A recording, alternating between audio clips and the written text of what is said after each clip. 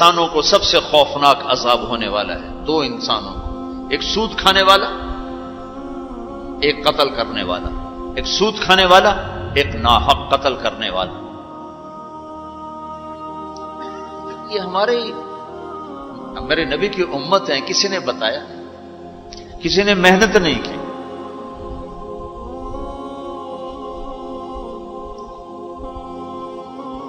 آخری حج کا خطبہ آپ نے جو دیا، ہر دفعہ یہاں سے بات شروع کی، تمہارے جان مال ایک دوسرے کے لیے قابل احترام ہے، کسی پہ ہاتھ نہ ڈالو۔ میرے نبی نے کبھی زبان سے کسی کو دکھ نہیں پہنچایا، کبھی زبان سے کسی کا نام لے کر اس کو رسوا نہیں کیا۔ زبان کی لگائی ہوئی آگ ہے جو آج سارے بھڑکتے ہوئے دیکھ رہے ہیں۔ تو بھائیو، محبت سے رہنا سیکھو، معاف کرنا، درگزر کرنا سیکھو، اپنے اللہ کے سامنے جھکنا سیکھو۔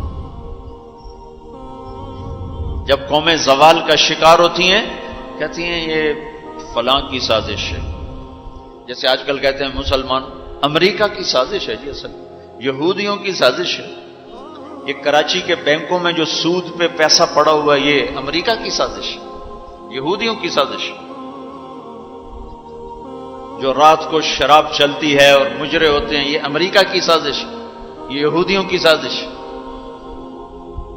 نوجوان اولاد ماں باپ کی نافرمان ہیں، یہ کسی دشمن کی سازش۔ میں ایک جگہ تھا تو ایک لڑکی اپنی ماں کو کہہ رہی تھی بکواس مت کرو، ماں کو کہہ رہی تھی بکواس مت کرو، تو اس کی ماں کے آنسو ایسے گر رہے تھے۔ یہ امریکہ کی سازش۔ اور میرے نبی نے سے پوچھا کہ یا رسول اللہ قیامت کب آئے گی؟ آپ نے فرمایا اللہ کو پتہ ہے کب آئے گی۔ کا کوئی نشانی کہ جب ماؤں کو ذلیل کیا جائے گا تو قیامت آ جائے گی۔ ہمارے زوال کے اسباب باہر سے نہیں ہیں، ہمارے اندر سے ہیں۔ کتنی بڑی لعنت ہے جھوٹ۔ آپ نے فرمایا جب کوئی جھوٹ بولتا ہے تو 3 میل تک اس کی بدبو سے فرشتے بھاگ جاتے، 3 میل تک فرشتے بھاگ جاتے۔ تو پھر پاکستان کا کون سا بازار ہے جس میں کوئی رحمت کا فرشتہ آئے گا؟ کہ ہر دکاندار جھوٹ بول رہا ہے، ہر بڑا چھوٹا تاجر جھوٹ بول رہا ہے، ہر سیاستدان جھوٹ بول رہا ہے۔ ہر سے مراد ہے 100 میں 99 نہیں، 1 لاکھ میں 99,999، کوئی 1 لاکھ میں شاید ایک کوئی سچا مل جائے۔ اور جس قوم میں جھوٹ اور ظلم اور خیانت پھیل جائے وہ قوم تباہ ہو جاتی۔ ان کو کسی دشمن کی ضرورت نہیں ہے، وہ اپنے دشمن خود ہیں۔ جسے نشہ کرنے والے کا کوئی دشمن نہیں، وہ اپنی ذات کا دشمن خود ہے۔ تو ہم اوروں کو الزام نہ دیں کہ یہودیوں نے سازش کر دی اور عیسائیوں نے کر دی اور امریکہ نے کر دی۔ ہم نے کچھ اسپین سے آخری ملک تھا یورپ کے سفر میں، اسپین، تو قدم قدم پہ میں رویا، قدم قدم پہ میں رویا کہ کس طرح مسلمان آپس کی لڑائی میں ختم ہو کے رہ گئے۔ کہ پاکستان اسپین میرے سامنے یوں آتے تھے، یوں آتے تھے ایسے۔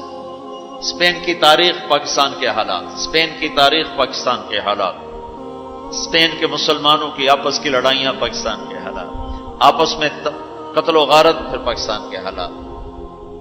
تو اللہ تعالیٰ نے اس طرح ان کو مٹا دیا اسپین سے کہ ایک کلمہ پڑھنے والا باقی نہ بچا۔ مسجد قرطبہ جیسا شاہکار، بیچ اس کے گرجا بنا ہوا ہے، صلیبیں لٹکی ہوئی ہیں، بت پڑے ہوئے ہیں، نماز منع ہے، بورڈ لگا ہوا ہے۔ تو میں وہاں محراب کے قریب جا کے کھڑا ہو گیا اور تصور میں دیکھنے لگا کہ یہ وہ جگہ ہے تاریخ سے سبق نہ لینا بھی بڑا اندھیر پن ہے۔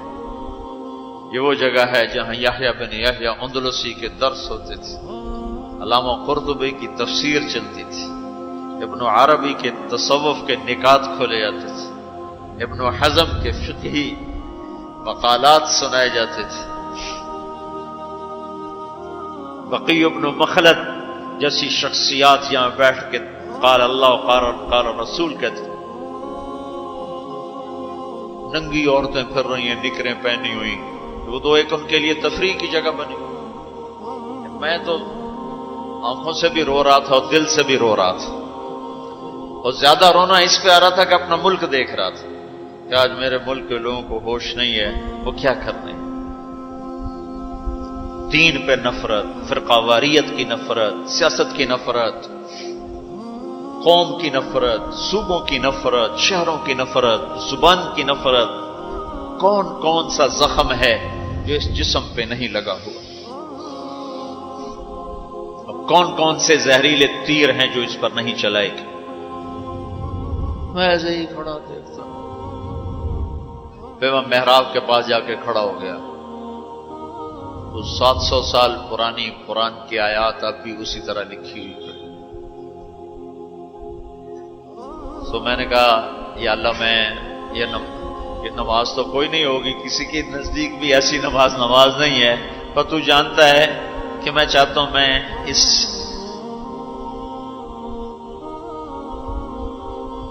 ارے میرے بھائیو، آپس کی نفرتیں مٹا دو اللہ کے واسطے.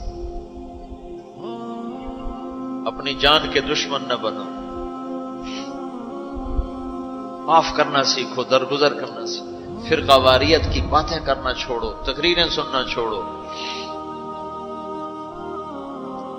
تاریخ میری کمزوری رہی ہے، میں بچپن سے تاریخ پڑھتا آ رہا ہوں. یہ تبلیغ میں لگنے سے پہلے ہی ذوق تھا تاریخ پڑھنا. جب تبلیغ میں لگے تو مدرسے میں آ گئے تو اور پڑھنے کا لگ گیا. پھر کچھ اللہ تعالیٰ نے یاد اچھی دے دی تو جو چیز پڑھی وہ یاد رہے گی، وہ سارا تسلسل. اور میں تو ایسے بس ڈوبتا ابھرتا رہا کہ یا اللہ، آج میں یہاں اس دھرتی پہ سجدہ نہیں کر سکتا جہاں 700 سال جن اینٹوں نے سجدے کے لمس محسوس کیے، جن اینٹوں نے تیرے لاکھوں کروڑوں پیاروں کے آنسو جذب کیے، جن در و دیوار نے تیرے ہزاروں محبوب لوگوں کے واز و ارشاد سنے، جن کونوں میں تجھے یاد کرنے والے ہزاروں لاکھوں کروڑوں انہیں روشن کرتے کرتے کرتے آج اسی زمین کے نیچے سوئے ہوئے ہیں. قرطبہ کے قبرستان پہ شہر بنا ہوا ہے، نہ کسی بادشاہ کی قبر باقی اور نہ کسی بڑے کی نہ کسی چھوٹے کی. میں یہاں نماز پڑھتا ہوں، میری نماز قبول کر لے. میں نے اشاروں میں نماز پڑھی، اللہ اکبر، پھر ثنا، پھر سجدہ، پھر رکوع، پھر سجدہ. اللہ اتنا کو کیا ہے، رکوع سجدہ اتنا کر کے تاکہ کسی کو چونکہ جو داڑھی والا اندر آتا نا تو اس کے پیچھے سیکورٹی لگ جاتی کہ کہیں کسی کونے میں چھپ کے نماز نہ پڑھ لے. تو ایک سیکورٹی والا ہمارے پیچھے کر رہا تھا. چلو یا اللہ، میں بھی ان میں ہو جاؤں جنہوں نے اس مسجد میں نماز پڑھی تھی.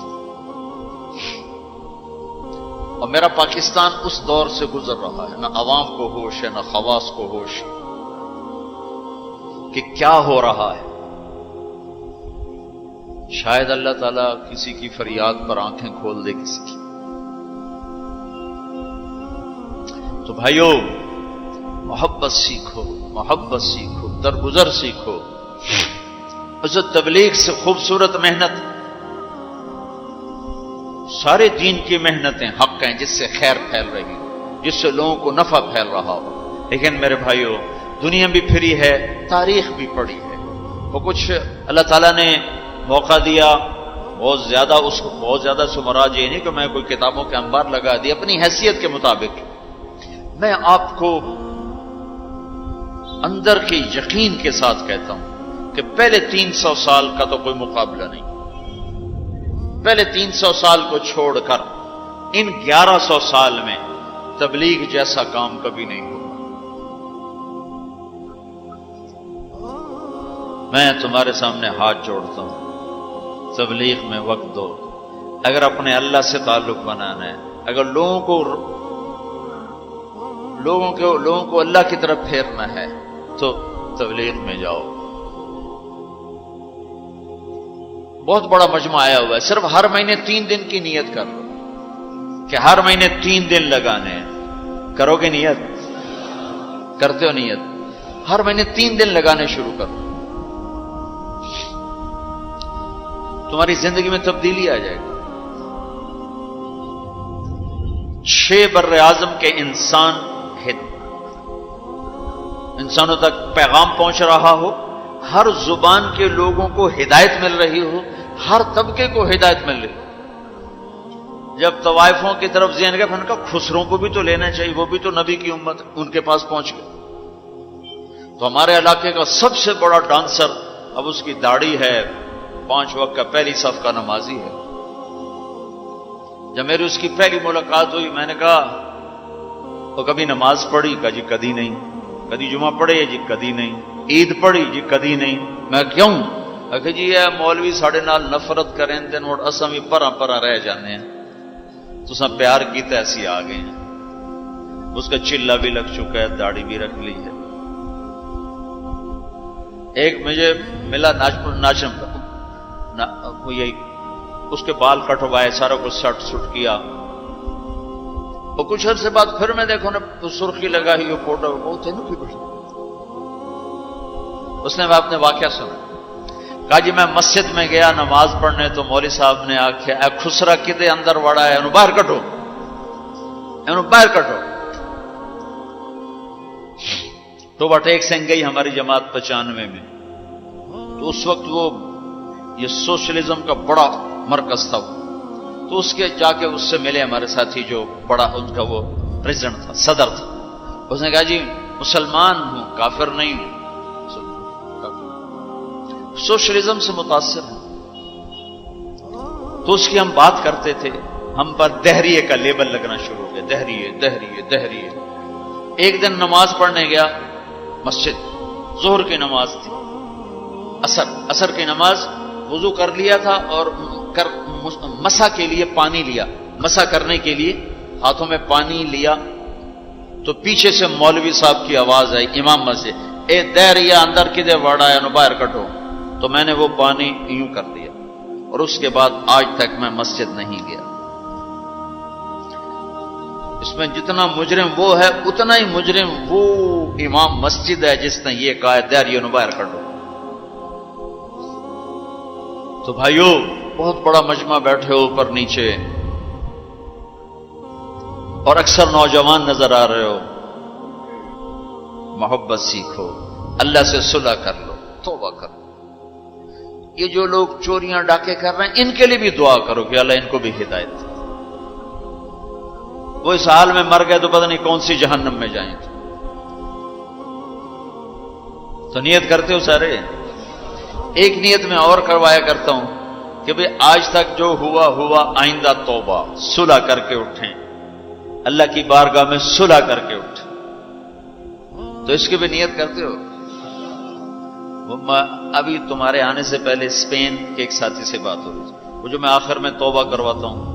انہوں نے کہا جی آپ تو چلے گئے ہیں اور ہمیں مسلسل خبریں آ رہی ہیں، چونکہ وہاں پاکستانی بہت زیادہ شراب کا کام کرتے ہیں، ان کے ہوٹلز ہیں تو ہوٹل میں شراب چلتی ہے. انہوں نے کہا جی مسلسل ہمارے لوگ کہ اسی جی توبہ کیتی ہے باجی، اسی شراب بیچنی بند کرتی، شراب بند کرتی، شراب بند کرتی. مختلف جگہوں سے خبریں آ رہی ہیں. کہا جی ہم نے وہاں توبہ کی، ہم نے سوچا تھا مکے جائیں گے، وہاں جا کے توبہ کریں گے، لیکن وہ تو ادھر ہی انہوں نے ہمیں توبہ کروا دی، تو بس یہ ہماری توبہ، ہماری توبہ. تو ایک یہ کہوں گا کہ توبہ کر کے اٹھو، ٹھیک ہے؟ جو پیچھے گزر گئی اللہ معاف کر دے، آئندہ تو اس سے صلح کر کے چلیں گے. اور اگر کبھی پھر ٹوٹ گئی تو یہ کون سا اوکھا کام ہے، پھر توبہ کریں گے، پھر معافی مل جائے. اس دربار میں معافی کے سوا تو معافی سے معاف کرنے سے زیادہ محبوب عمل کو نہیں اللہ کی بارگاہ. تو توبہ کی بھی نیت کرتے ہو تو کہو یا اللہ میری توبہ، پھر کہو یا اللہ میری توبہ، پھر کہو یا اللہ میری توبہ. اللہ قبول فرما لے. اب حج والوں سے کوئی موقع ملا تو کر لوں گا، ورنہ وہیں مکے چل کے بات کریں گے. لیکن آپ بھائیو، ہو سکتا ہے اس وقت کی بات یہی ہو جو اللہ نے کہلوائی، ضرورت اسی کی ہو. میں آپ سے گزارش کرتا ہوں محبت سیکھو، معاف کرنا سیکھو، ماں باپ کے آگے چپ رہنا سیکھو، بیوی کی کمی بیشی برداشت کرنا سیکھو، حتیٰ کہ اولاد کی کمی بیشی پر بھی ایک دم سیخ پانا ہو جاؤ، ہاتھ نہ اٹھاؤ، صبر کرو، حوصلے سے کام لو اور ان کو پیار محبت سے سمجھاؤ. سہیل احمد مشہور اداکار ہے، 96 میں ہم نے اداکاروں میں بھی کام کیا تھا، تو اس وقت ہم ایک مرید کے ہماری جماعت تھی جو ہمارے ساتھ تھا، گجرا مالک، مجھے کہنے لگا مولانا میرا باپ DSP ریٹائر، زندگی پر 1 روپیہ حرام نہیں کھایا، 1 روپیہ رشوت نہیں، اب بے تکلفی ہو چکی ہے، تعلق بن چکا ہے، تو میں کہتے تو کڑے حرام کھاتے بڑھ گئے، میں نے آگے کہا تو کڑے حرام کھاتے بڑھ گئے، تو کیوں اس غلط کام میں چلا گیا؟ کہا جی بس کیا بتاؤں، 8ویں جماعت میں تھا، فلم دیکھنے چلا گیا، واپس آیا تو میرے باپ کو پتا چل گیا میں نے فلم دیکھی، تو اس نے پولیس والا بوٹ اٹھایا اور مار مار مار مار میرے سر سے خون نکال دی، تو میں نے دل میں کہا تو نے مجھے فلم سے روکا ہے، میں تمہیں اداکار بن کے دکھاؤں۔ کہا جی وہ شیطانی ضد پر آج یہ ہو رہا، تو اپنی اولاد کے ساتھ، استاد ہو تو شاگرد کے ساتھ ہمارے یہاں سختی ہے، اسکول ٹیچر بھی، مدرسوں کے مدرسین بھی بہت شدت کا لہجہ، سختی کا لہجہ، کان پکڑوانے، مارنا پیٹنا، یہ انسانی طریقہ نہیں ہے۔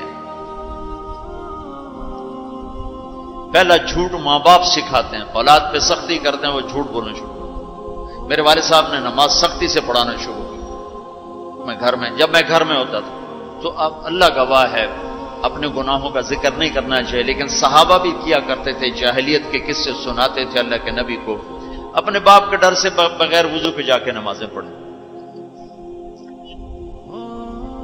ایسی شدت نہ ہو کہ زبان جھوٹ پیا۔ 4تھی جماعت میں تھا میں، ہمارے استاد تھے ماسٹر شفیع صاحب رحمۃ اللہ علیہ، بڑے محنتی استاد، اس زمانے کے استاد ہوتے ہی محنتی تھے، لیکن مارتے بہت۔ انہوں نے ہمیں حساب کا سوال لکھایا، سلیٹیں ہوتی تھیں اس پر، اب میں کوئی 12ویں نمبر پہ بیٹھا ہوا تھا، اور جو جا رہا ہے آتا نہیں، ٹھو ٹھو ٹھو ٹھو، سوٹے بھی مکے بھی، میں کہہ رہا بھی مر گئے، مجھے بھی نہیں آتا تھا، اور میں انتظار کر رہا ہوں کہ یا اللہ میں اس سے نکلوں کیسے، سوال تو آتا نہیں، پکی گل ہے سوٹے ہی ہیں۔ اب میرا چھوٹا ذہن اور میں سوچ رہا ہوں کہ کیا چکر چلاؤں، کیا چکر چلاؤں۔ تو تھوڑا سا بیک گراؤنڈ یہ ہے کہ چونکہ ہمارا زمیندارہ ماحول تھا، تو استادوں کو گھر ہماری طرف سے گندم جاتی تھی، چاول جاتے تھے، گھی جاتا تھا، آٹا جاتا تھا، مکھن جاتا تھا، چینی جاتی تھی، مرچیں جاتی تھی، جو سیزن پہ تو وہ جاتی تھی۔ تو کوئی 2 مہینے پہلے میرے استاد جی نے کہا تھا کہ پتر مرچاں بھجوا دے، ابے نو آخی مرچاں بھجوا دے، وہ میں بھول گیا کہنا بھول گیا۔ تو میں بیٹھا سوچ رہا ہوں یا اللہ جان کیسے بچاؤں، وہ 2 مہینے پرانی بات یاد آ گئی۔ جب میرے سے آگے 2 لڑکے رہ گئے، اس وقت یہ سارا پچھلا کمپیوٹر کھلا، تو میں اٹھ کے گیا، میں نے کہا استاد جی ابا جی پہ آندین کل مرچاں پہنچ جا سکتے، ابا جی پہ آندین کل مرچاں پہنچ جا سکتے۔ میں نے کہا شاباش میرا پتر تو بائے جا۔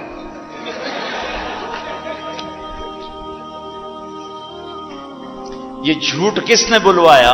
استاد نے، اس کے ڈنڈے نے، اس کی سختی نے۔ ماں باپ سے بھی کہتا ہوں، مدرسے کے علماء سے کہتا ہوں، اسکول کے ٹیچروں سے کہتا ہوں، محبت سیکھو، محبت سکھاؤ۔ اولاد سے کہتا ہوں ماں باپ کی محبت سیکھو، ان کی شدت کو برداشت کرنا سیکھو۔ بھائی سے کہتا ہوں بھائی کی برداشت کر، آپ بیٹھے ہو عورتیں نہیں ہیں تو آپ سے کہتا ہوں بیوی کی برداشت کرو، ماں کی برداشت کرو، بہنوں کی برداشت، جو بھی کوئی بلندیوں کے راستے ہیں وہ برداشت میں چھپے ہوئے۔ اور تبلیغ میں وقت دو، تبلیغ سے بڑھ کر سارے دین کے کام خیر کے ہیں جس سے لوگوں کو نفع ہو رہا ہے، لیکن جو سب سے اس وقت لوگوں کے لیے خیر بھلائی کا کام ہے وہ یہ تبلیغ کا ہے۔ اس میں ٹائم دیا کرو، آپ کو بہت نفع ہوگا، اللہ تعالیٰ انشاءاللہ آپ کو آگے بڑھائے گا۔ کسی سے لڑے ہوئے ہو ابھی اٹھ کے صلح کر لیں، کسی سے ناراض ہو ابھی جا کر اس کو گلے لگا لیں، کہ اللہ کی بارگاہ میں بہت اونچا لے جانے والا عمل ہے جھک جانا، معاف کرنا، درگزر کرنا۔ تو اس کی بھی نیت کرتے ہو؟ اللہ تعالیٰ قبول فرمائے۔ اللہم لک الحمد کما انت اہلہ وصلی علی محمد کما انت اہلہ وفعل بنا ما انت اہلہ انک اہل التقوی و اہل المغفرہ۔